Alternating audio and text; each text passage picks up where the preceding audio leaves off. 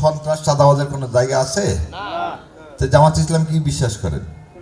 কোরআন ও সুন্নাহর ভিত্তিতে আমরা রাষ্ট্র পরিচালনা করব। কেন জামাতকে কেউ দেখতে পারে না? ইসলামে সারা পৃথিবী একদিকে, ইসলাম আর একদিকে। আপনি ইসলাম কায়েম করতে চাইবেন, আপনি সবার শত্রু হয়ে যাবেন। এবং এই ইসলামকে কিভাবে এই 91% মুসলমানের দেশে বলে বেড়াচ্ছে আমরা জান্নাত দিতে চাই। আরে এতে তো সবার খুশি হওয়া উচিত।